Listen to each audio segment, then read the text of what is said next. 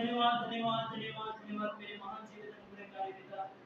धन्यवाद देते हैं एक बार प्रभु आपने आपके नाम को ऊंचा उठाने के लिए, आपके नाम को प्रभु जी महिमा करने के लिए हमारे जीवन में अनुग्रह किया प्रभु। आपने पिछले महीने से लेकर अभी तक प्रभु आपने हमें संभाला, इसके लिए आपका धन्यवाद देते हैं। आपके वचन में लिखा है मेरे मन तो यहोवा को धन्य कह, जो कुछ मुझ में उसके पवित्र नाम को धन्य कह। सच में प्रभु आप धन्य कहलाने के योग्य परमेश्वर, आप राजाओं के राजा हैं, आप प्रभु के प्रभु हैं। ये हमारे कहने से नहीं बल्कि सच में है आप प्रभु। आकाश पृथ्वी समुद्र जो कुछ है हमेशा आपकी स्तुति वो बताते हैं कि तू कितना महान परमेश्वर। आपने हमें प्रभु आज का दिन देखने के लिए धन्यवाद प्रभु। आपने हमारे लिए क्रूस पर अपना जान दे दिया, उसके लिए आपका धन्यवाद। आपने हमें पापों से बचाने के लिए प्रभु जी अपने पुत्र को विरक्त नहीं छोड़ा प्रभु जी, इसके लिए आपका धन्यवाद। हमें अनंत काल का जीवन देने के लिए प्रभु जी आपने क्रूस की मृत्यु को भी सह लिया प्रभु। आपके चरणों में आने के लिए हमें मौका दिया, आपको अब्बा पिता कहकर पुकारने के लिए आपने हमें मौका दिया। धन्यवाद देते हैं प्रभु जी हमारे परिवार के लिए, विक्की भैया के परिवार के लिए, सेवाग्राम भैया के परिवार के लिए, शंकर ब्रदर के परिवार के लिए, और प्रभु जी पिंटू ब्रदर उनके परिवार के लिए, और उनके साथ जो रिश्तेदार उन लोगों के लिए आपने प्रभु इनको चुना प्रभु। आपका अनुग्रह इन पर हुआ प्रभु जी, और प्रभु आपने इनको आशीष दिया। आपके वचन को सुनने के लिए, आपके वचन को जानने के लिए आप इनके जीवन में काम कर रहे हैं, उसके लिए आपका धन्यवाद प्रभु जी। अभी तक जो उद्धार नहीं पाया है उनके लिए प्रार्थना करते हैं।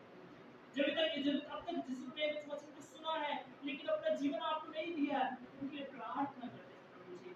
उनको विश्वास लेने के लिए प्रार्थना और प्रार्थना करते हैं। जो भेंट आज जिन्होंने दिया है, जिस भंडार से प्रभु उन्होंने डाला है, उस भंडार को 100 गुना आशीष देने के लिए हम आपसे प्रार्थना करते हैं। जो नहीं दे पाए उनके लिए प्रार्थना करते हैं प्रभु, वो भी आने वाले दिनों में आपको दे सके प्रभु जी, आपको नाम को महिमा कर सके। प्रार्थना करते हैं प्रभु जी, आए हुए हर एक को प्रभु याद करते हैं। अभी कुछ समय आपके वचन में जा रहे हैं प्रभु जी, आज जिस वचन की हमें जो जरूरत है प्रभु, उस वचन के द्वारा आप हमसे बात करने के लिए प्रार्थना करते हैं प्रभु जी। प्रभु आपके वचन के मस्सा से हमें भर देने के लिए प्रार्थना करते हैं प्रभु जी। प्रभु आपके वचन के द्वारा हम हर एक से बात करने के लिए प्रार्थना करते हैं प्रभु जी। यदि आप हमें इस बीच में यदि कोई ऐसा है जो वचन को सुनने के शैतान उनको रोक रहा है और उसको प्रभु जी वचन को सुनकर भूल जाने के लिए मौका दे रहा है, तो शैतान को यीशु के नाम से डांटते हैं प्रभु जी। और प्रभु ताकि आपके वचन को प्रभु जी प्रभु आप उनको सुनने के लिए मदद करने के लिए, उसको हिम्मत देने के लिए प्रार्थना करते हैं प्रभु जी।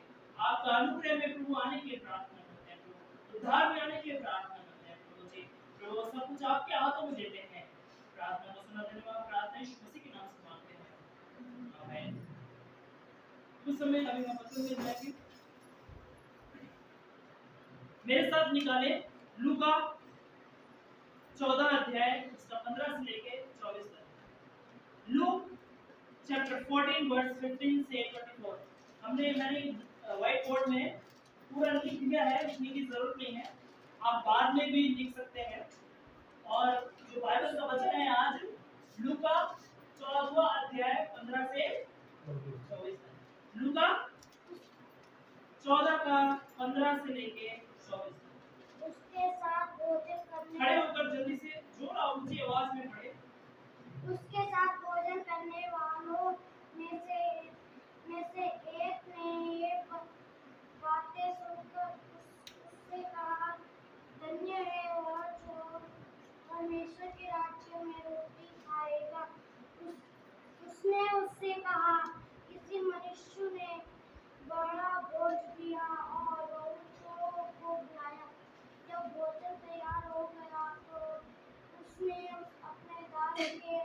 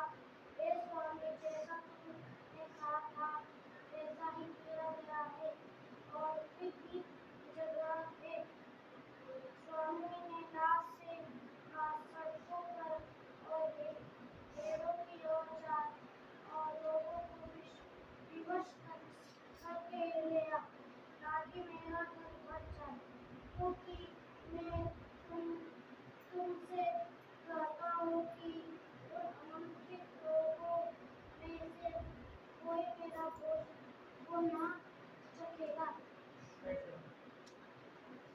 अभी हमने लूका रुचि सुसमाचार उसका 14वीं अध्याय 15 से लेकर 24 तक पढ़ा। हम देखते हैं ये दृष्टांत है।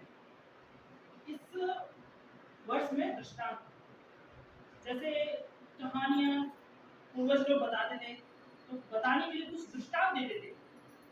तो यीशु मसीह हम देखते हैं एक फरीसी के घर पे उसको बुलाया गया रोटी खाने के लिए। एक बड़ा फरीसी आदमी है, वो धर्मशास्त्र का ज्ञान अच्छा रखता है। उसने यीशु मसीह को अपने घर पे खाने के लिए बुलाया, रोटी खाने के लिए बुलाया। और वो उस दिन सबत का दिन था, विश्राम का दिन था। वो इसलिए बुलाया क्योंकि यीशु मसीह को वो मारना चाहते थे। क्योंकि यीशु मसीह जो भी वचन बोलता था बहुत ही परफेक्ट वचन, सिद्ध वचन, लोगों को कईयों को सुनने के लिए बहुत प्रॉब्लम होता था, क्योंकि वो उसको मानने के लिए तैयार नहीं थे। उसमें से फरीसी लोग भी थे जो अच्छे बड़े बड़े ज्ञानवान थे, समझदार थे।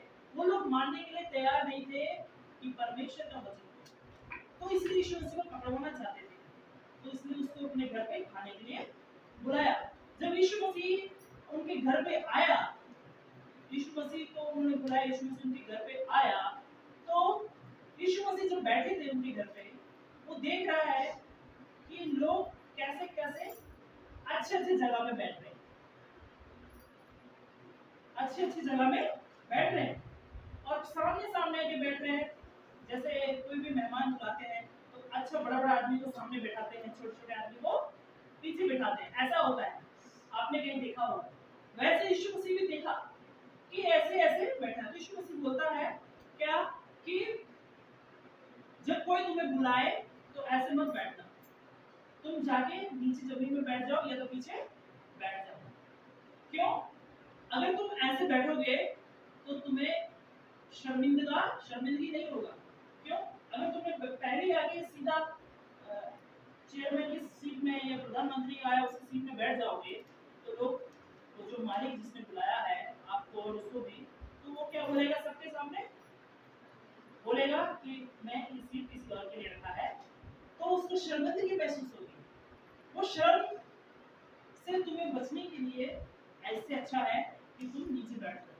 क्या पता वो मालिक जिसने तुम्हें बुलाया है बोलेगा भैया आप आ जाओ यहाँ बैठो, इज्जत के साथ तुम्हें बुलाएगा, बैठेगा, तो ये अच्छा है।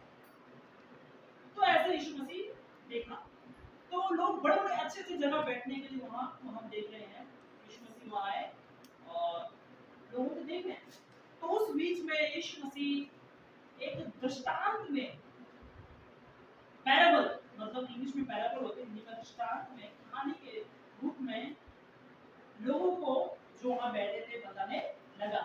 जो भी हमने पढ़ा लूका रुचि सुसमाचार 14:15 से लेकर 24 तक।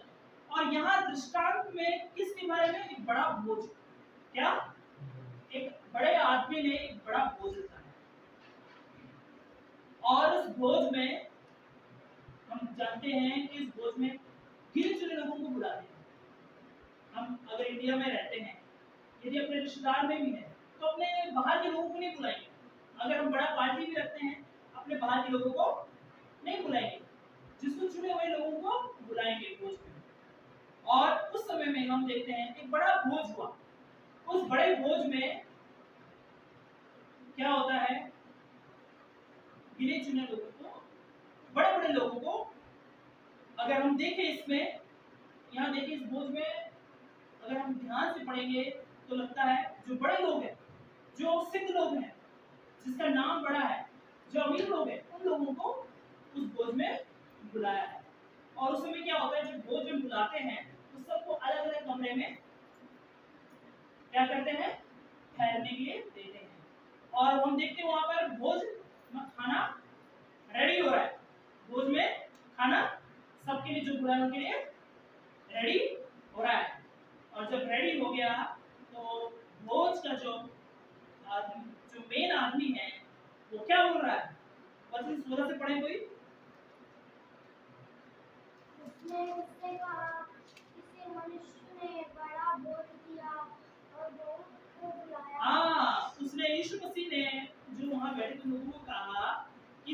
मनुष्य ने बड़ा भोज दिया और बहुतों को बुलाया। आगे जब भोजन तैयार हो गया तो उसने अपने दास के हाथ आमंत्रित लोगों को कहला भेजा, आओ अब भोजन तैयार है। हाँ, अब क्या जो निमंत्रित लोग थे, जो इनवाइट किए हुए लोग थे, उनके पास बड़ा भोज में दास को भेज दिया और कहा जाओ उनको बुला के लाओ क्योंकि खाना तैयार हो गया। तो हम यहाँ देखते हैं ये पैराबल दृष्टांत में यीशु मसीह क्यों बात करते थे, क्योंकि ये दृष्टांत स्वर्ग की बातों से जुड़ा हुआ है। क्या है दृष्टांत? क्या है? स्वर्ग की बातों से जुड़ा हुआ है। वो पृथ्वी में परमेश्वर क्या कर रहा है, स्वर्ग से जुड़ी बातों से हम देखते हैं। ये दृष्टांत के द्वारा परमेश्वर यीशु मसीह बात करता है। तो आज का जो मेरा विषय है, उद्धार के लिए परमेश्वर का निमंत्रण। उद्धार के लिए परमेश्वर का, यानी दृष्टांत में एक बड़ा भोज रखा, यानी परमेश्वर ने उद्धार देने के लिए मनुष्य जाति के लिए एक बड़ा प्लानिंग किया, बड़ा तैयारी किया। जैसे एक बड़ा भोज बनाने के लिए, एक भोज के लिए परमेश्वर एक बड़े आदमी ने तैयार किया, ऐसे उद्धार देने के लिए मनुष्य को परमेश्वर ने एक बड़ा तैयारी किया। और हम देखते हैं कि परमेश्वर ने मनुष्य को उद्धार देने की तैयारी किया और परमेश्वर ने, हम देखते हैं किसको भेजा इस धरती पर? यीशु मसीह को भेजा। और यीशु मसीह को भेजा और वहां हम क्या देखते हैं? वर्ष लूका 14:17 पढ़ो जल्दी से, कोई भी निकाल दिया हो तो। लूका 14:17। जब भोजन तैयार हो गया तो उसने अपने दास के हाथ आमंत्रित लोगों को कहला भेजा, आओ अब भोजन तैयार है। यस, आओ आओ और अब भोजन तैयार है। पहला जो बात है, आओ अब भोजन तैयार है। ये भोजन क्या है? अब मेरे साथ देखो यूहन्ना 6:35, जॉन चैप्टर 6 वर्स 35।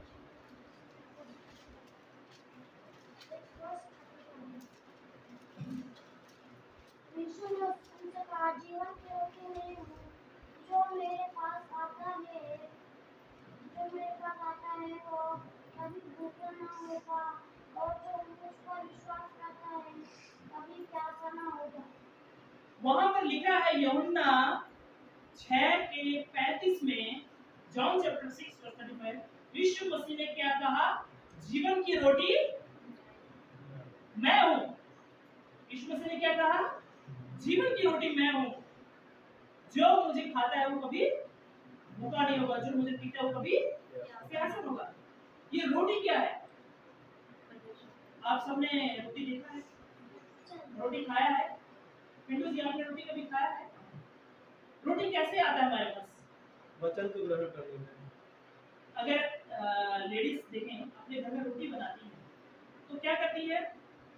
गेहूं पहले क्या होता है? रोटी बनने से पहले सबसे पहला जो वो गेहूं होता है, गेहूं के बहुत सारे दाने होते हैं। वो गेहूं दाना होता क्या होता है? बोरी में रखते हैं, है ना? निकाले जाते तो चक्की में ले जाते हैं। कहाँ ले जाते हैं? चक्की में ले जाते हैं। और चक्की पत्थर का होता है, ऊपर और नीचे पत्थर का होता है, और गेहूं उसमें डाल दे। ऊपर पत्थर नीचे पत्थर, दोनों पत्थर का दबाव, पत्थर उसको खींचता है। क्या करता है? गेहूं को क्या करता है? रगड़ता है। रगड़ने के बाद क्या करता है? वो आवाज आती है, गेहूं करके आवाज आती है रगड़ने। तो जब वो घिसता है वो गेहूं पीसने लग जाता है। पीसने के बाद वो क्या करता है? आटा बनता है।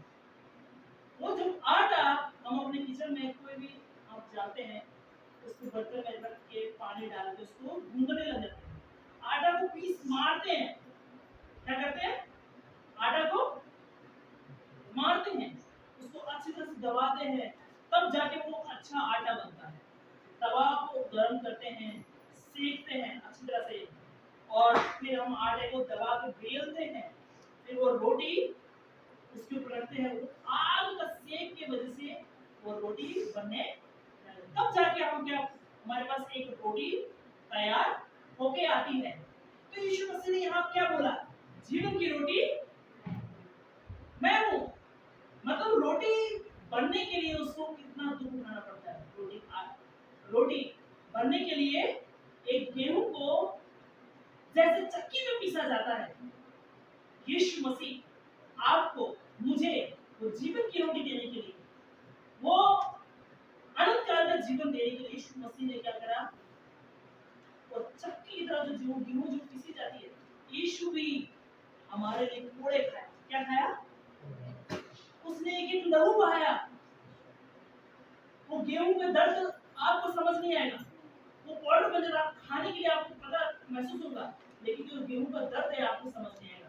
ऐसे यीशु मसीह ने आपको जीवन देने के लिए क्या करा, पिसा गया।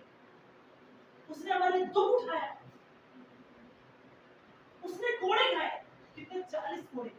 कितने कोड़े? 40। यदि आप कोई थप्पड़ मार देता लड़ाई करने की तैयार हो, उसने कोड़े खाए पीठ में, उसकी चमड़ी निकल गया, वो दर्द उसने सहा। फिर उसने अपने दोनों हाथों में कीले ठोके, और वो पत्थर जो हम जानते हैं गेहूं को पीसता है, वो पत्थर क्या है, वो लोगों को बताता है जिनका हृदय कठोर था।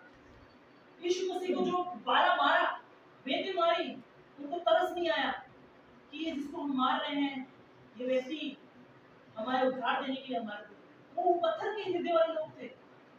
यीशु मसीह को जो कीले ठोके वो पत्थर वाले हृदय के लोग थे, जो यीशु मसीह को कीले ठोके उनका हृदय पत्थर था, क्योंकि उनको एहसास नहीं हो रहा था, वो तो हंस रहे थे।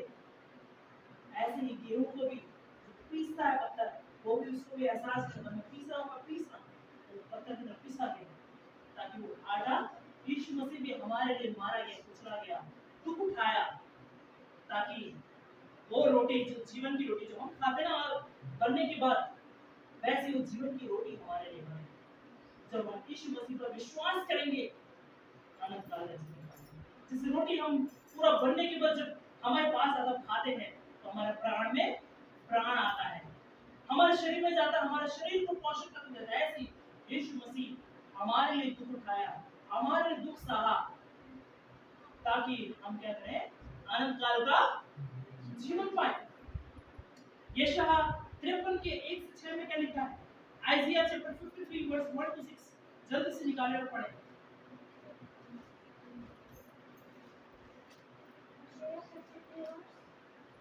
1 to 6 जल्दी से ऊंची आवाज में पढ़ें। जो समाचार हमें दिया गया उसका किसने विश्वास जो किया? समाचार हमें दिया गया उस पे किसने विश्वास किया? क्योंकि वह उसके सामने अंकुर के समान और ऐसी जड़ के समान होगा जो निर्लज्ज भूमि में फूट निकले। यस, क्योंकि वह उसके समान अंकुर के समान, अंकुर मतलब जानते हैं आप, जब एक गेहूं का दाना जमीन में डालते हैं और जब जमीन में वो गेहूं मर जाता है, तब उसके अंदर से एक नया पौधा निकलता है, और जो जमीन फाड़ के निकलता है, वो जो नया, उसको बोलते हैं अंकुर। उसको क्या बोलते हैं? अंकुर। अंकुर के समान ऐसी जड़ के समान होगा जो निर्जल भूमि में फूट निकले। आगे बढ़ो। उसकी ना तो कुछ सुंदरता थी कि हम उसको देखते और ना उसका रूप की हमें ऐसा दिखाई पड़ा कि हम उसको चाहते। हाँ, उसकी कोई सुंदरता नहीं थी, उसकी कोई सुंदरता नहीं थी, उसका कोई अच्छा रूप नहीं था, लेकिन आगे हम पढ़े, कुछ जाना जाता और मनुष्यों का त्याग हुआ था। वह दुखी पुरुष था, रोगों से उसकी जान वो तुच्छ जाना गया, मनुष्य के त्यागा हुआ था, वो दुखी पुरुष था, रोग से उसकी जान पहचान थी। आगे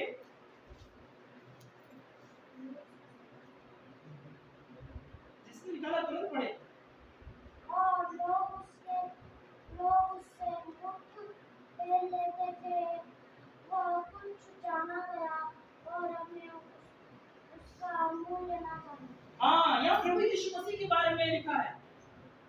गेहूं का दाना का कोई अच्छा रूप नहीं, सुंदर नहीं है। यीशु मसीह भी हम देखते हैं कि वो देखने में सुंदर नहीं था, लेकिन मनुष्य में वो तुच्छ जाना गया है और उसको रोग से जान पहचान थी। देखते हैं जब यीशु मसीह अपनी सेवा शुरू किया, बहरे, अंधे, लंगड़े यीशु मसीह के पास आए। यीशु मसीह तरस खाया, उनको क्या किया? चंगा किया। यीशु मसीह ने बोला, हे बोझ से दबे हुए लोगों, मेरे पास, मैं तुम्हें क्या करूंगा? विश्राम दूंगा। यदि उसको रोग से भी जान पहचान। यीशु मसीह आपकी तकलीफ को जानता है, आपकी परेशानी को जानता है। उस समय भी यीशु मसीह जानता है। इस वचन के द्वारा परमेश्वर ने बताया, आपकी परेशानी को जानता है। इसलिए यीशु मसीह आपके लिए, जो यहाँ बैठे हर एक के लिए वो आया। वो हमारे लिए क्या करा? ये जो बोझ तैयार है, वो कौन है? जैसे रोटी तैयार होती है, वो यीशु मसीह हमारे लिए तैयार होकर इस धरती पर आया, क्रूस पर बलिदान हो गया, उसने सब कुछ तैयार कर दिया हमारे लिए। इसलिए बोलता है वचन, क्या बोलता है? आओ, भोजन तैयार है। यीशु मसीह हमें उद्धार देने के लिए तैयार है। परमेश्वर ने हमारे लिए उद्धार देने के लिए निमंत्रित किया है, हमें बुलाया है कि तुम उद्धार पाओ, और वो तैयार है। उद्धार का रास्ता वो क्या है? यीशु मसीह। उद्धार का रास्ता क्या है? यीशु मसीह तैयार है। लेकिन हम देखते हैं जब इस बोझ में लोगों को बुलाया, जो इनवाइटेड, निमंत्रित लोग थे, जिनको बुलाया गया था, वो लोग क्या बोलने लगे? वो लोग क्या बोलने लगे? 14 में 18 पढ़ो, लूका 14 में 18, लूक चैप्टर 14 वर्स 18। पर वे सब के सब क्षमा मांगने लगे। हाँ, पर वे सब के सब क्षमा मांगने लग गए। पहले उसने कहा, मैंने खेत मोल लिया है और अवश्य है कि उसे मैं दे दूं। मैं Yes. उससे विनती करता हूँ कि मुझे क्षमा कर दे। पहला व्यक्ति ने क्या बोला? जो बुलाया गया था, उसने क्या बोला? मुझे माफ कर दे, और मैंने खेत को मोल लिया है और अवश्य है कि उसे देखूं, मैं तुमसे विनती करता हूं, मुझे क्षमा कर। खेत को मोल लिया है, खेत को खरीद लिया है। ये व्यक्ति, पहला व्यक्ति बहाना क्या लगा रहा है? संपत्ति का बहाना लगा है। यहाँ पर एक व्यक्ति, आपके पास कोई भी संपत्ति हो, कई लोग सुसमाचार को पाने के लिए, सुसमाचार पर विश्वास करने से दूर भागने के लिए बहाना लगाते हैं। बोलते हैं नहीं, हमने तो संपत्ति कार ले लिया है। कोई बोलता है मैं मार्केट जा रहा हूँ, कपड़ा खरीद लिया है, उसको पहन के दिखूंगा। कोई बोलता है मैंने ये घर बनाया है, उसको ठीक करने जा रहा हूँ। इसमें से ये देखते हैं बाइबल में यहाँ पर लिखा है, बहाना लगा रहा है। जब बोझ में बुलाया परमेश्वर ने, है ना, पर उस आओ, खाना तैयार है, बस वो तैयार हुआ है, मालूम होने के बाद वो बहाना क्या लगा रहा है? मुझे देखने जाना है, जो मैंने खाया खेत, ये उसको मैं देखूं। ये व्यक्ति बहाना लगा रहा है। क्या लगा रहा है? बहाना लगा रहा है। पापी व्यक्ति भी ऐसा ही है।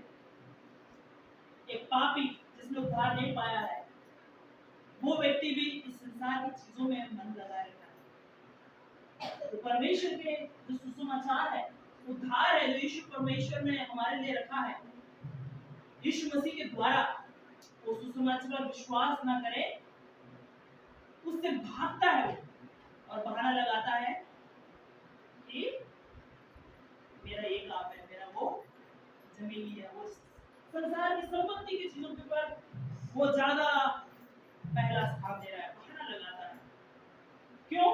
क्योंकि वो चाहता है कि मालूम है कि धरती पर मेरी संपत्ति, इससे मैं आराम से जिंदगी जीऊंगा, आराम से सुख चैन से रहूंगा।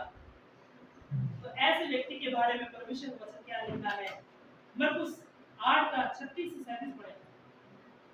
मरकुस 8 का 36 से लेके 37 तक।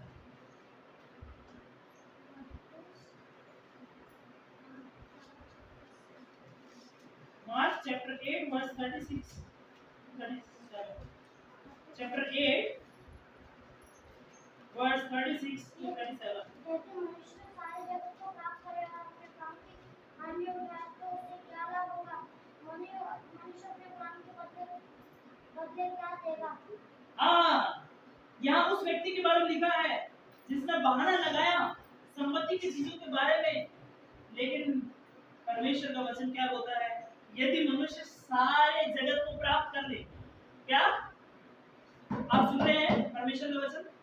यदि मनुष्य सारे जगत को प्राप्त कर ले और अपने प्राण की हानि उठाए तो उसे क्या लाभ? उसको कुछ लाभ नहीं है। मनुष्य अपने प्राण के बदले में क्या दे सकता है? मनुष्य अपने आप के लिए बहाना लगा रहा है कि मेरे को वहां जाना है, लेकिन वो अपने प्राण जब चला जाएगा तो वो कुछ कर सकता है? कुछ कर सकता है? कुछ भी नहीं कर सकता। वो कुछ भी नहीं कर सकता। ऐसे व्यक्ति के बारे में यीशु मसीह एक व्यक्ति को रात में बोल रहा है। वचन में हम देखते हैं, पढ़ते हैं, लूका का 12 के 16 में लिखा है, एक यीशु मसीह एक व्यक्ति को रात में कह रहा है। ऐसे व्यक्ति के बारे में क्या बताता है यीशु मसीह, क्या बोलता है? लूका 12 के 16 से पढ़े, 16 से 21 16 से 21। उसने उनसे एक दृष्टांत कहा, किसी धनवान के भूमि से बड़ी उपज हुई। हाँ, यीशु ने एक दृष्टांत में कहा किसी धनवान की भूमि में बड़ी उपज आई, मतलब अच्छा बहुत सारा अन्न आया। आगे तब वह अपने मन से विचार करने लगा, मैं क्या करूं? हाँ, उसके पास इतना सारा धन आ गया, मतलब खेत में अच्छा वो उपज हुआ और वो मन में सोचने लगा मैं क्या करूं? आगे बढ़े। क्योंकि मेरे यहाँ जगह नहीं जहाँ अपनी उपज इत्यादि रखूं। हाँ, अब मेरे पास जगह नहीं है, इतना सारा जो अन्न हुआ है उसको मैं कहाँ रखूं? आगे और उसने कहा, मैं यह करूंगा, मैं अपने बखालियां तोड़कर उनसे बड़ी बनाऊंगा और वहां अपना सब अन्न और संपत्ति रखूंगा। हाँ, अब उसने ये सोचने लगा, कहने लगा अब मैं एक ऐसा जगह बना के तोड़ के बनाऊंगा ताकि मैं जितना भी आने वाला इकट्ठा करके रखूं और अपनी संपत्ति बनाऊं। आगे और अपने प्राण से कहूंगा कि प्राण तेरे पास बहुत वर्षों के लिए बहुत संपत्ति रखी है, चैन कर खा पी सुख से रह। हाँ, फिर वो क्या कह रहा है? सब कुछ होने के बाद अपने प्राण से कहूंगा कि तेरे पास बहुत समय के लिए अन्न इकट्ठा हो गया है, अब क्या करना है? चैन से पी खा और सुख से रह। चैन से खा पी और सुख से रह। आगे परंतु परमेश्वर ने उससे कहा, हाँ, परंतु परमेश्वर ने उससे क्या कहा? हे मूर्ख, हे मूर्ख। उस व्यक्ति को परमेश्वर क्या बोल रहा है? हे मूर्ख, इसी रात तेरा प्राण तुझसे ले लिया हाँ, जाएगा। इसी रात तेरा प्राण तुझसे ले लिया जाएगा। तब जो कुछ तूने इकट्ठा किया है वह किसका होगा? हाँ, तब तू जो कुछ इकट्ठा किया वो किसका होगा? ऐसा ही वह मनुष्य भी है जो अपने धन बटोरता है परंतु परमेश्वर की दृष्टि में धनी नहीं। हाँ, ऐसे व्यक्ति के बारे में परमेश्वर बोलता है, मनुष्य जो अपने लिए धन बटोरता है लेकिन परमेश्वर की दृष्टि में वो धनी। तो बहाना लगाना वाला पहला व्यक्ति ऐसा ही है, वो बहाना लगाने से बचे। यीशु मसीह ने, परमेश्वर ने आपके लिए उद्धार का कार्य किया है। क्या संपत्ति ये चीज आपके लिए बहुत इंपॉर्टेंट है, बहुत जरूरी है? क्या ये चीज आपको उद्धार दे सकता है? वचन में लिखा है आपके प्राण के बदले आपका कोई चीज आपको बचा नहीं सकती। संपत्ति होना जरूरी, अच्छी बात है, लेकिन आप अपने आप में सोचें, परखें, मन में जांचें, क्या मैंने उद्धार पाया है? क्या मैंने उद्धार पाया है? संपत्ति तो है, आज नहीं कल चली जाएगी, लेकिन उद्धार पाना बहुत जरूरी है। उद्धार पाना बहुत जरूरी है। आप अपने आप में सवाल पूछें, परमेश्वर यीशु मसीह इस धरती पर आए हैं आपको उद्धार देने के लिए, आपके प्राण को आदत काल की मृत्यु से बचाने के लिए। क्या आप उस पहले व्यक्ति के समान बहाना लगा रहे हैं कि नहीं, मैंने संपत्ति जमा खरीद लिया है, उसको मैं देखने जा रहा हूँ।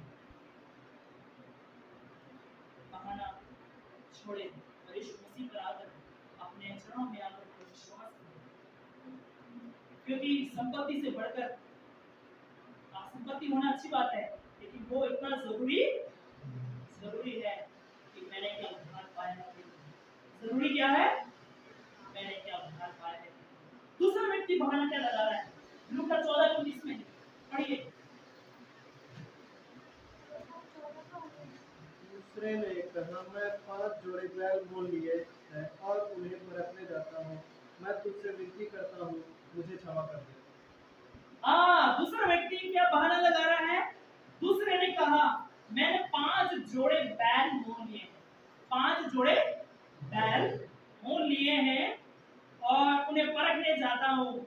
मैं तुझसे विनती करता हूँ, मुझे क्षमा कर। मतलब भोज तैयार है, खाना रेडी है, उद्धार आपके पास में ऑलरेडी परमेश्वर देने के लिए रेडी है, लेकिन वो दूसरा व्यक्ति क्या कर रहा है? बहाना लगा रहा है। तो 5 जोड़ी मतलब 10 बैल। एक जोड़ी में कितने बैल होते हैं? 2 होते हैं। 5 जोड़ी में बैल कितने हो गए? 10। तो क्या बोल रहा है? मैं अपने बैलों को खेत में ले जाऊंगा, उनसे काम करा के देखता हूँ ये काम करने लायक है कि नहीं है। मतलब वो पूरा दिन बैल के साथ अपना मेहनत कर रहा है, रात भी हो जाएगा लेकिन बैलों के साथ अपना मेहनत कर रहा है। काम, यहाँ काम को बताते हैं, काम का बहाना, काम का बहाना लगा रहा है। क्या लगा रहा है? यानी मेरे पास काम है, लेकिन ये उस व्यक्ति को बताता है जो क्या है, अपने काम को, अपनी संसार की चीजों को परमेश्वर से ऊपर रख रहा है। क्या रख रहा है? क्या परमेश्वर सबसे ऊपर है या आपका काम सबसे ऊपर है?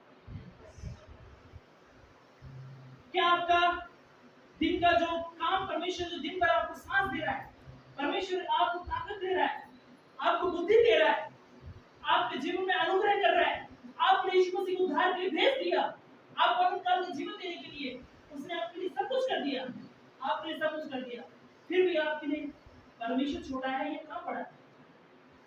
तो आप यहाँ पर दूसरा व्यक्ति भी बहाना लगा रहा है। ये उसने अपने जीवन में यीशु मसीह को, अपने उद्धार को, अपने अनंत काल के जीवन को परमेश्वर ने जो रखा है उसको इनकार नहीं करना चाहता, वो अपने काम को ज्यादा बड़ा बना है।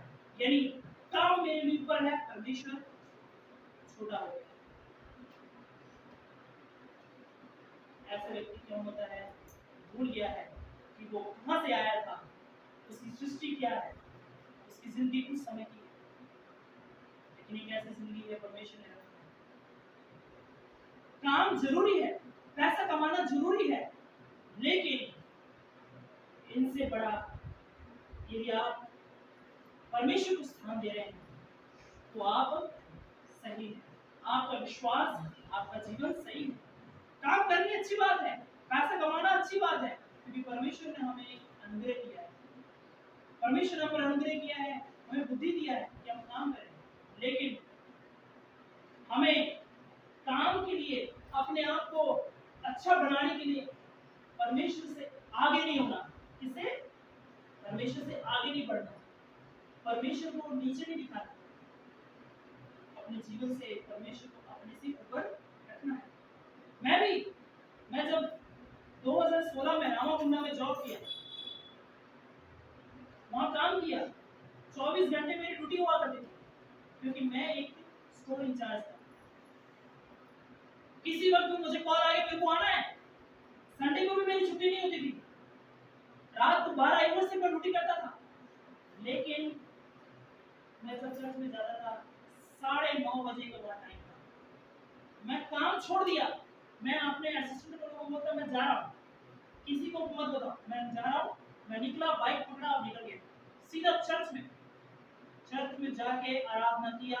चर्च में मेरे को इतने कॉल आते, मेरा सीनियर का है, मेरे पीएम का, प्रोजेक्ट मैनेजर का, रिंग आ रहा था, साइलेंट कर दिया, बाद में मैसेज करता आई एम इन चर्च।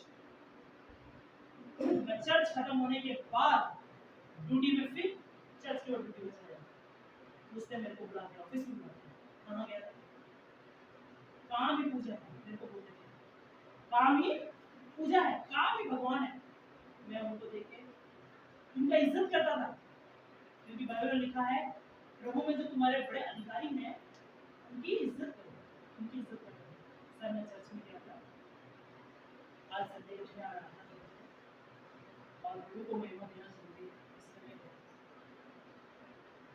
वो डांटा, मुझे गाली भी दिया, मैंने सुना और इधर डांट दिया, लेकिन वो तुम्हें नफरत नहीं करेंगे, वो आपको कंपनी से निकालेंगे नहीं, क्योंकि परमेश्वर ने सबको इस धरती पर और भारत में सबको अधिकार है अपना विश्वास जिसका है उसके अनुसार चलने, लेकिन हम जानते हैं हमारा प्रभु सबसे बड़ा है।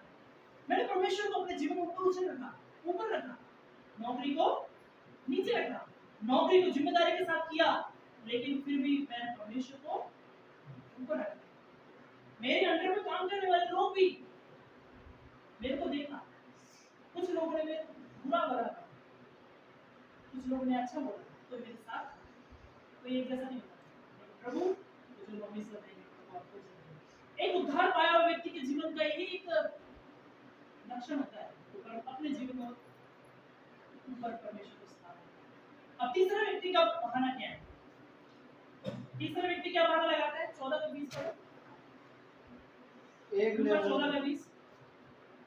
एक और ने कहा, मैं विवाह किया है इसलिए मैं नहीं आ सकता।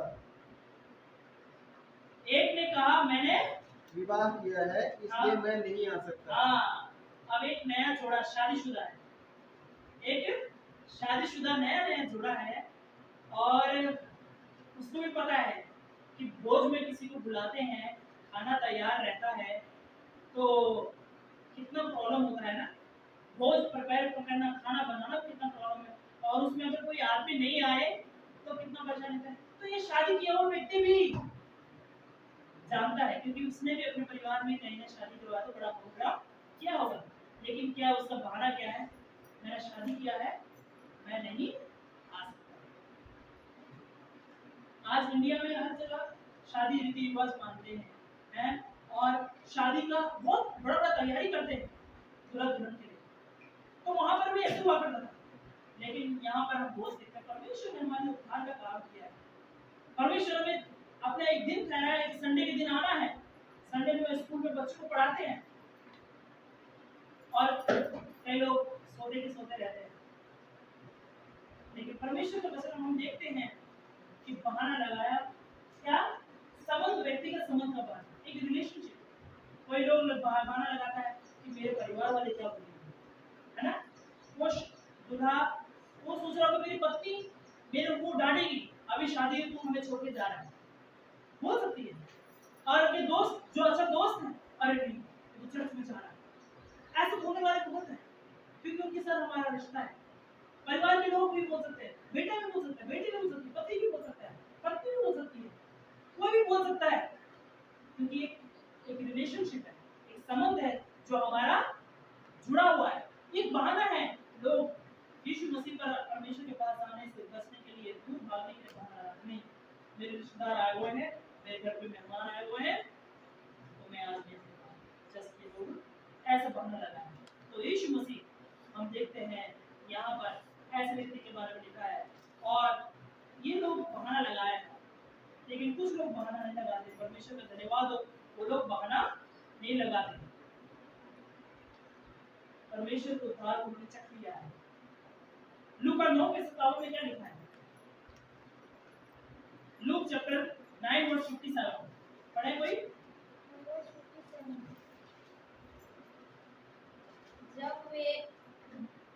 जब वे मार्ग में जा रहे थे तो किसी ने उससे कहा, जहाँ जहाँ तू जाएगा मैं तेरे पीछे हो लूंगा। आगे पढ़े, पढ़ते हैं। यीशु ने उससे कहा, लोमड़ियों के भट और आकाश के पक्षियों के बसेरे होते हैं, पर मनुष्य के पुत्र को सिर करने की जगह नहीं। उसने दूसरे से कहा, मेरे पीछे हो ले। उसने कहा, हे प्रभु, मुझे कॉलेज जाने दे कि अपने पिता को हाँ, अब यहाँ देखते हैं कि एक बेटा अपने पिता का अंतिम दाह संस्कार करने जा रहा है। हाँ, बाप बेटे का रिलेशन है। और उसी वक्त में यीशु मसीह मार्ग में जा रहा था और वही लड़का बोल रहा है जहाँ जहाँ तू जाएगा मैं वहाँ वहाँ जाऊंगा। वहाँ बता रहा है तो यीशु मसीह को होता है लोमड़ियों के भट्ट और आकाश के पक्षियों के बसेरे होते हैं। मतलब लोमड़ी लोग भी रहने के लिए दिन है, चिड़िया के रहने के लिए घोंसला भी है, लेकिन मनुष्य की पुत्र यानी यीशु मसीह को भी अपना सिर रखने के लिए भी जगह नहीं है। यीशु मसीह कहाँ सोते थे, कहाँ जाते थे, किसी को कोई पता नहीं। जहाँ मिलता वहाँ सो जाते थे। ऐसा मतलब क्योंकि कोई इज्जत नहीं थी, लेकिन वो हमारे लिए आपके लिए उद्धार देने के लिए उसने हमारे। तो जब वो व्यक्ति कहा मैं तेरे पीछे हूँ, जहाँ जहाँ तू जाएगा मैं वहाँ जाऊँगा, तो उसने दूसरे से कहा मेरे पीछे हो ले। उसने कहा हे प्रभु तुझे, तो यीशु मसीह ने बोला मेरे पीछे आ जा। यीशु मसीह ने क्या बोला, मेरे पीछे आ जा। तो वो लड़का क्या बोल रहा है, रुको पहले मैं अपने पिता को दफना के आता हूँ। हम यहाँ देखते हैं एक बहाना यीशु मसीह के पीछे आने चाहता है, लेकिन पहले क्या करेगा, मैं अपना वो काम कर देता हूँ। समझ, ये भी एक व्यक्ति है, मैंने शादी कर लिया और प्रभु बुला रहा है चर्च में संडे में आ रहा हूँ वचन सुनने के लिए। नहीं नहीं नहीं, मेरा पहले रिलेशन वाले आए हैं, मेरा बाप आया है, कोई भी है, उनको खुश करने के लिए, उनको नाराज नहीं करना। और यीशु मसीह का सुसमाचार को, यीशु मसीह के उद्धार को, उसको एक करना, लेकिन उनके लिए जरूरी है परिवार जरूरी है, माता पिता जरूरी है। लेकिन जब बात आती है परमेश्वर आपको बुला रहा है, एक दिन रखा है आपको परमेश्वर की महिमा करने के लिए, तो आप भावना नहीं करना, बहाना नहीं लगाना, हमें बहाना नहीं लगाना है। फिर हम आखिरी हम देखेंगे लूका 14 की 21 पढ़े, लूका 14 का 21 पढ़े कोई जल्दी से जल्दी। उस दास ने आकर उसने अपने स्वामी को ये बातें कह सुनाई। तब घर के स्वामी ने क्रोध में आकर अपने दास से कहा, नगर के बाजारों और गलियों में तुरंत जाकर कंगालों, टुंडों, लंगड़ों और अंधों को यहाँ ले आओ। अब हम देखते हैं वचन 14 के 21 में। तीसरी बात है हमारे पास समय कम है, कम समय है हमारे पास। यहाँ पर कम समय क्यों बताया है, आपको पता है जब कोई मेहमान, जब कोई आदमी बड़ा भोज रखता है, खाना तैयार है और खाना कब तक ठीक रहता है बताओ, 7 घंटे, 8 घंटे, 12 घंटे। इसके खाना में क्या आने लगता है, बासी हो जाता है ना, खराब हो जाता है। अब इतने लोगों को बुलाया, बड़े बड़े लोगों को बुलाया, मंत्री लोगों को बुलाया, अगर नहीं आएंगे तो खाना कौन खाएगा, खाना बड़ा खराब हो जाएगा। तब हम देखते हैं जो भोज जिसने तैयार किया था वो मालिक क्या हो गए, गुस्सा हो गए। क्या हो गया, क्योंकि जिस दास को भेजा था बुलाने के लिए, जब वो आया और वो बोल रहा है कि इन लोगों ने बोला कि मेरे पास संपत्ति जमीन ले लिया है, मैं उसको लेकर जा रहा हूँ, मेरे पास काम है, बैल जोड़े लिए हैं उसको ठीक करने जा रहा हूँ, है मेरी शादी हो गई है, मेरा पत्नी है उसको है समय बिताने जा रहा हूँ, बहाना लगाने के लिए हो गए। अब जब खाना के लिए कोई नहीं आ रहा तब वो बड़ा भोज वाला गुस्सा हुआ, बोला नहीं तो ऐसा करो जल्दी से तुरंत क्या करो, तुरंत कहाँ भेजा दास को, कहाँ भेजा, पढ़ो 21 में। उस दास ने आकर उस स्वामी से ये बात सुनाई। तब वह घर के स्वामी ने क्रोध में आकर अपने दास से कहा, तब घर के स्वामी ने क्रोध में आकर अपने दास से कहा, क्या कहा, नगर के बाजारों में तुरंत जाकर कंगालों, टुंडों, लंगड़ों और अंधों को यहाँ ले आओ। जो भी मिलते हैं उन सबको बुला लो, मतलब चाहे गरीब हो, अमीर हो, कोई भी कैसा भी हो, मतलब चुने हुए लोग कहते हैं परमेश्वर एक जगह आए। उन लोगों ने विश्वास नहीं किया, लेकिन परमेश्वर ने उद्धार का कार्य पूरे संसार में जिन्हों को भेज दिया।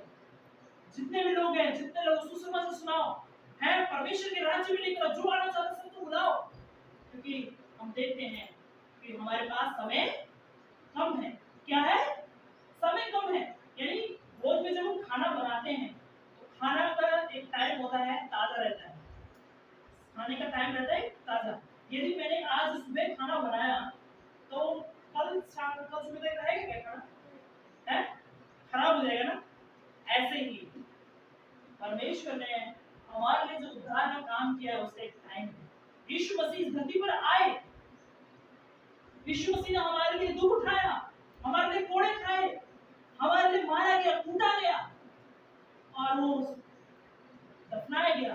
तीसरे दिन मर के जी उठा। उद्धार के लिए यीशु मसीह ने अपना काम कर दिया। उसने हमारे लिए अपना काम कर दिया है। अब हमारे पास समय कम है। मैंने उद्धार पाया, मैं दूसरों को भी बचाऊंगा, दूसरों को भी प्रभु में लेकर आऊंगा ताकि वो भी जाने, परमेश्वर उद्धार को चखे। यदि आपने उद्धार नहीं पाया, परमेश्वर ने आपको टाइम दिया है कि आप उद्धार पाओ, मन फिराओ।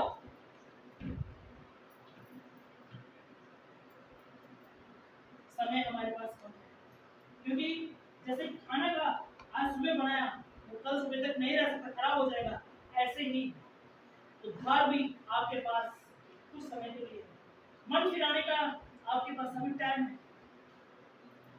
जब टाइम आएगा मन फिराने का तब तक तो लेट हो जाओगे। एक उदाहरण के से मैं आपको बताना चाहता हूँ। उत्पत्ति 5:32 पढ़े। उत्पत्ति कुछ समय लेके हम वचन में जाए विराम देंगे। उत्पत्ति 5:32, जेनेसिस चैप्टर 5 वर्स 32। और नूह 500 वर्ष का हुआ और नूह से शेम और हाम और याफेत का जन्म हुआ। हाँ, नूह 500 वर्ष का था। नूह कितने साल का था? 500 साल का था। और जब 500 साल का था तो परमेश्वर ने उसको दर्शन किया। क्या दर्शन दिया? 9 पढ़े, 5:9। जब एनोस 90 वर्ष का हुआ तब उससे नहीं 6:9। उत्पत्ति 6:9 पढ़े। नूह की वंशावली यह है, नूह धर्मी पुरुष और अपने समय के लोगों में खरा था और नूह परमेश्वर ही के साथ चलता रहा। हाँ, नूह धर्मी पुरुष था और अपने समय के लोगों में खरा था और नूह परमेश्वर ही के साथ चलता रहता था। आगे पढ़े।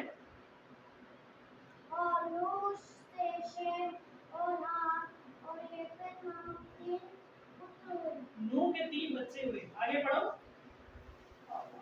उस समय पृथ्वी परमेश्वर की दृष्टि में बिगड़ गई थी और उपद्रव से भर गई। हाँ, उस समय पृथ्वी बिगड़ गई थी। पृथ्वी मतलब जो उसमें लोग रहने वाले हैं, बिगड़ गई थी। उपद्रव मतलब कोई भी किसी का अच्छा चाहने वाला नहीं था, इतना पाप भर गया था। आगे पढ़े। और परमेश्वर ने पृथ्वी पर दृष्टि की तो क्या देखा कि वो।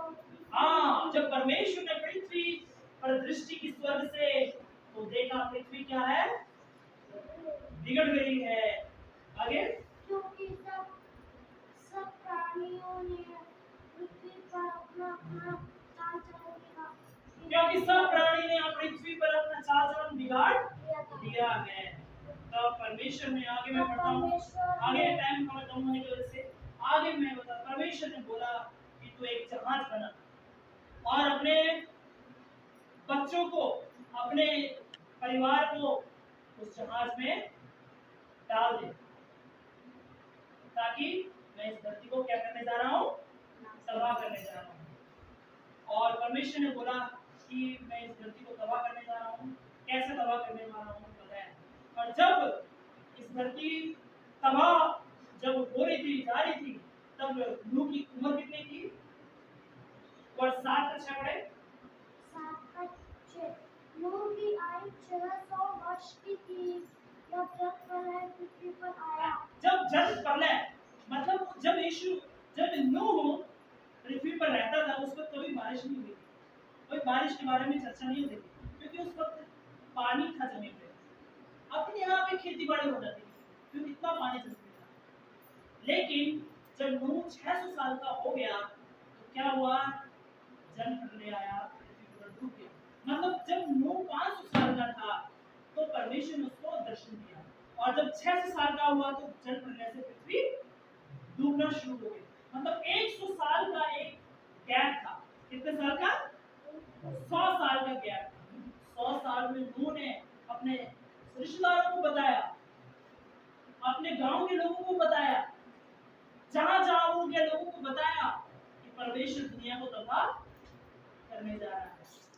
लोग हंसे, तो मजाक किया और इकट्ठे उड़ाए, लेकिन किसी ने भी विश्वास नहीं किया। जब जहाज 100 साल में बनके तैयार हो गया, परमेश्वर ने क्या किया, बोला अब टाइम आ गया, तुम अपने जहाज में बच्चे बच्चे पति पत्नी और जानवर जो परमेश्वर ने बोला, जब आप पढ़ोगे इसको आगे पढ़ना, अपने घर में जाके जोड़े जोड़े जानवर सब है उसको जहाज के अंदर रख लो। और परमेश्वर ने क्या करा, जहाज का दरवाजा बंद कर दिया। परमेश्वर ने किया, उन्होंने नहीं किया। ऐसे ही हमारे पास समय कम है, यीशु मसीह हमारे उद्धार का काम कर दिया है। जैसे नूह के पास 100 साल का वक्त था लोगों को बचाने के लिए, बताने के लिए, समझाने के लिए, यीशु मसीह का भी अब उद्धार का समय भी खत्म होने वाला है। तब कोई भी आदमी के पास टाइम नहीं रहेगा उद्धार पाने के लिए, और परमेश्वर भी वो जहाज बंद कर देगा। यीशु मसीह ही हमारा वो जहाज है जो आने वाले समय का मुसीबत से हमें बचाएगा। क्या आप अपना जीवन यीशु मसीह को देना चाहते हैं? क्या आप उन लोगों को बहाना लगाना चाहते हैं? यदि आप बहाना लगाए तो आप उद्धार से भाग रहे हैं। परमेश्वर आपको उद्धार देना चाहता है, आपको बचाना चाहता है, ताकि आप, आपका परिवार यीशु मसीह जो हमारा बचाने वाला है उसमें हम आगे बच जाए, हमारा परिवार बच जाए, हम उद्धार पाए, ताकि जब यीशु मसीह आएगा तब हम बचाए जाएंगे। उस समय में जल प्रलय से पूरी दुनिया डूब गई और जहाज से अंदर जो भी थे बच गए, उसके रिश्तेदार अंदर सब लोग मर गए। परमेश्वर आपको बचाना चाहता है, परमेश्वर आपको छुड़ाना चाहता है। अब आपके पास टाइम है मन फिराने का, आपके पास टाइम है मन फिराने का।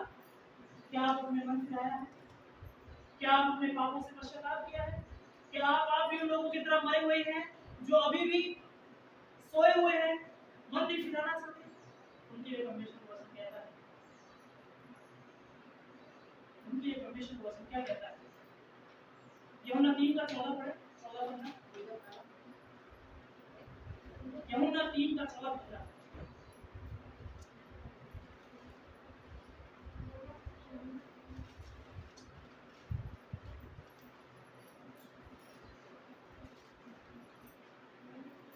यूहन्ना 3:14 जल्दी पढ़े। और जिस रीति से मूसा ने जंगल में सांप को ऊंचे पर चढ़ाया, उसी रीति से अवश्य है कि मनुष्य का पुत्र भी ऊंचे पर चढ़ाया जाए।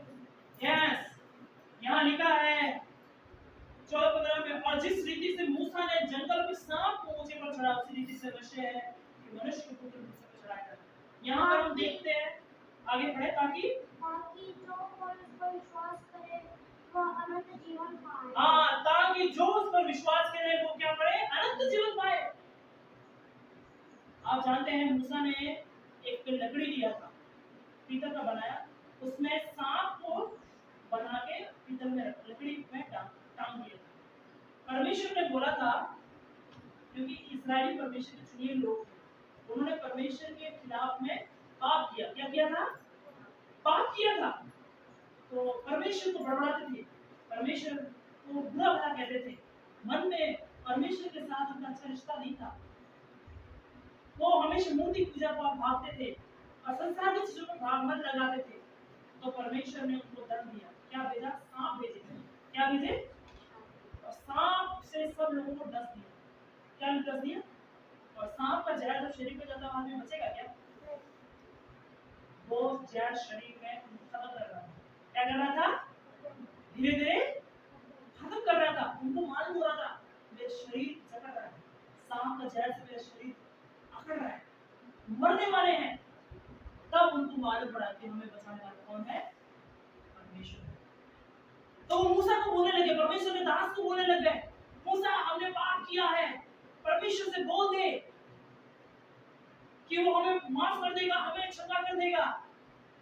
और रोने लगे क्योंकि उनको मौत आ गई ना, पास में मौत सामने आ गई, क्योंकि जहर था सांप का जो उनको खत्म कर रहा था। और रोने लग गए, गिड़गिड़ाने लग गए। तब मूसा परमेश्वर के सामने झुके हुए प्रार्थना की, लोगों को बचाने के लिए परमेश्वर ने दया किया, उनके लिए रास्ता खोला।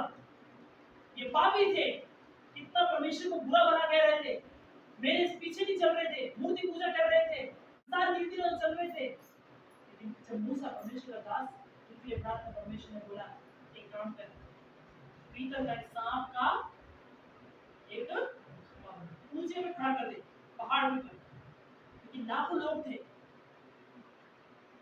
कोई देख नहीं, और ऊपर खड़ा कर दे। केवल वही लोग ठीक हो सकते हैं जो उसको देखेगा। क्या?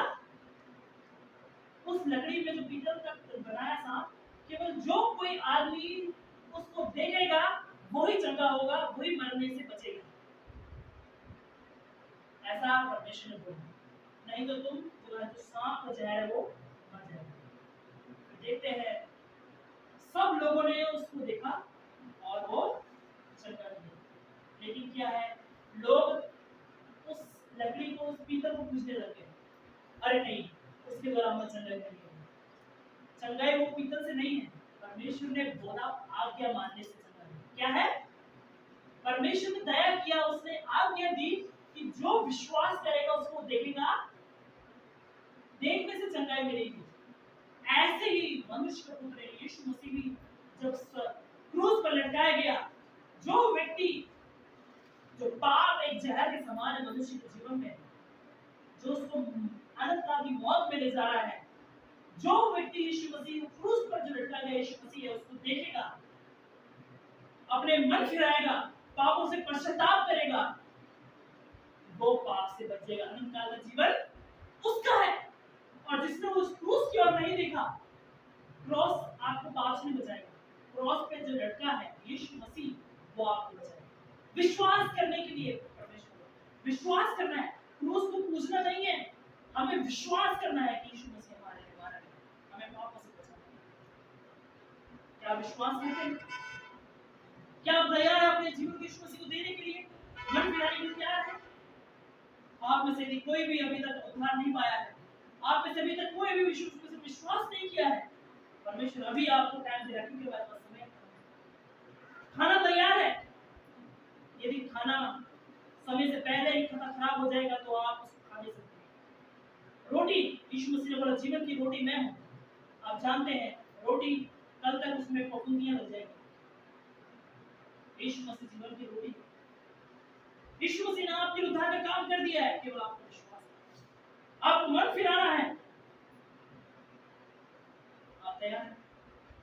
आज आप कोई भी हैं, बहाना छोड़ दो, बहाना लगाना छोड़ दो, नहीं मेरे जमीन के ऊपर या मैं काम के ऊपर, प्रभु ने अभी आपको मौका दिया उद्धार पाने के लिए, मन फिराने के लिए मौका दिया। यदि परमेश्वर आप चाहते हो, आप परमेश्वर के सामने आ जाओ। प्रभु आप चाहते हैं उद्धार पाने के लिए, आप चाहते हैं आज मेरे परमेश्वर ने मेरे को अपने वचन से बात किया है, तो आप सामने आ जाओ। आप किसी को मत देखो, या सामने आकर खड़े होकर परमेश्वर के सामने अंगीकार करो, चर्च के सामने अंगीकार करो। परमेश्वर आपको उद्धार देने के तैयार है, क्योंकि उद्धार देने के लिए, मुंह से उद्धार पाने के लिए व्यक्ति को जो विश्वास है उसको क्या करना है, मुंह से अंगीकार करना है, तो वो अवश्य उद्धार पाएगा। क्या आप उद्धार पाना चाहते हैं? आप खड़े हो जाइए, किसी को मत देखें, क्योंकि आपका लोग, आपके संसार के दोस्त, आपका पड़ोसी, आपका बाजू वाला आपको उद्धार नहीं दे सकता, आप उनका तो जीवन नहीं दे सकता, यीशु मसीह दे सकता है। परमेश्वर आपके साथ रिलेशन बनाना चाहता है, आपको बचाना चाहता है। अपनी जगह में खड़े हो जाइए, मैं आपके लिए प्रार्थना करूंगा, अपनी जगह में खड़े हो जाए, किसी को ना देखें। यदि आपने अभी तक उद्धार नहीं पाया है, यदि आपने अभी तक यीशु मसीह को अपना जीवन नहीं दिया है, तो अपनी जगह में खड़े हो। यीशु मसीह को अपना जीवन दे। परमेश्वर आपको मौका दे, जिसने अभी तक नया जन्म प्राप्त नहीं किया, जिसने अभी तक उद्धार नहीं पाया, परमेश्वर आपसे बोल रहा है आप उद्धार पाओ। आप अपनी जगह में खड़े हो सकते हैं। हम चर्च मिलकर आपके लिए प्रार्थना करें। परमेश्वर आपके जीवन से क्या तैयार है? कौन कौन तैयार है परमेश्वर का वचन को सुनकर उद्धार पाने? आगे आए, आगे आए, आगे आए। हम चर्च मिलकर उनके लिए प्रार्थना करें जिन्होंने उद्धार पाया। सामने आए, सामने आके, क्योंकि प्रभु यीशु मसीह ने बोला है जो मुझे दुनिया के सामने इनकार करेगा, मैं भी आने जब आऊंगा तो उसका इनकार करूंगा। क्या बोला यीशु मसीह ने? जो मुझे इनकार करेगा जब मैं आऊंगा, मैं भी उसका इनकार करूंगा। और जो उसने मेरे को इनकार किया है, जो जिसने मुझे इनकार कर दिया है, मैं भी उसको इनकार करूंगा। जो मुझे एक्सेप्ट किया है, मैं भी उसको एक्सेप्ट करूंगा। आज प्रियांशु ने प्रभु का वचन को सुना, आज सिस्टर ने प्रभु का वचन को सुना। आइए हम इनके लिए प्रार्थना करें, अपने आंखों को बंद करें। आज प्रभु ने वचन के द्वारा इनके जीवन में काम किया है। परमेश्वर इनके जीवन को बदलने जा रहा है। परमेश्वर इनके जीवन में वचन के द्वारा इनके जीवन में काम किया है। परमेश्वर की सृष्टि बनने जा रही है। जिन्होंने उद्धार पाया है, जिन्होंने नया जन्म प्राप्त किया है, इनके ऊपर हाथ आगे बढ़ा कर प्रार्थना करें। आइए हम प्रार्थना करें। धन्यवाद देते हैं परमेश्वर इस समय के लिए जो आपने किया। प्रार्थना करते हैं प्रभु जी प्रियांशु और सिस्टर के लिए। आज आपके वचन के द्वारा प्रभु बताया है कि उद्धार केवल यीशु मसीह के द्वारा है। प्रभु इस वचन को सुनकर विश्वास करने के लिए आपने जीवन में मदद की। धन्यवाद प्रभु जी, आप इनके जीवन में उद्धार दिया, उसको धन्यवाद देते हैं। प्रभु जी, आप इनके जीवन में अनुग्रह करने के प्रार्थना करते हैं और आपके वचन में सुनने के लिए, आगे बढ़ने के लिए आप इनके जीवन में अनुग्रह के लिए प्रार्थना करते हैं। प्रभु जी ने अपना जीवन आपको दिया है और प्रभु ये अब इनके नहीं है, ये आपके बच्चे हैं। प्रभु जी, आपके वचन के अनुसार चलने के लिए प्रभु मदद सहायता करने के लिए प्रार्थना करते हैं। प्रभु जी, आपके वचन के अनुसार आगे बढ़ने के लिए आपसे प्रार्थना करते हैं। प्रभु जी, ये प्रभु जी संसार के नहीं बल्कि आत्मा के अनुसार चलने के लिए आपके वचन को अपने जीवन में मदद देने के लिए प्रभु प्रार्थना करते हैं। प्रभु जी, जो लोग अभी तक आगे नहीं आए, प्रभु जी अभी तक आपको इनकार कर रहे हैं, प्रभु जी उनके दिलों के लिए भी प्रार्थना करते हैं, उनके मन में बात करने के लिए प्रार्थना करते हैं कि वो भी उद्धार पाए प्रभु जी और आपके राज्य में आ सके। प्रार्थना करते हैं प्रभु जी सिस्टर और प्रियांशु को आपके आदर देते हैं। प्रभु जी, आप इनके जीवन में पिता पुत्र और पवित्र आत्मा के नाम से आशीष देते हैं। प्रभु परिवार जिनको प्रभु आपने हमारी प्रार्थना को सुना, उसका धन्यवाद देते हैं। और जो लोग आए हैं प्रभु जी और जो लोग नहीं आए हैं प्रभु जी, सबके लिए प्रार्थना करते हैं। वो भी आने वाले दिनों में प्रभु जी जिन्होंने उद्धार नहीं पाया है, उद्धार पाने के लिए, आपके प्रेम को चखने के लिए प्रभु आप मदद सहायता करने के लिए प्रार्थना करते हैं। प्रभु जी, आपने हमारी प्रार्थना को सुना, उसका धन्यवाद देते हैं। सारी आत्मा में आपको देते हैं। प्रभु जी, ये प्रार्थना आपके पुत्र हमारे उद्धारकर्ता प्रभु यीशु मसीह के नाम से मांगते हैं, आमीन।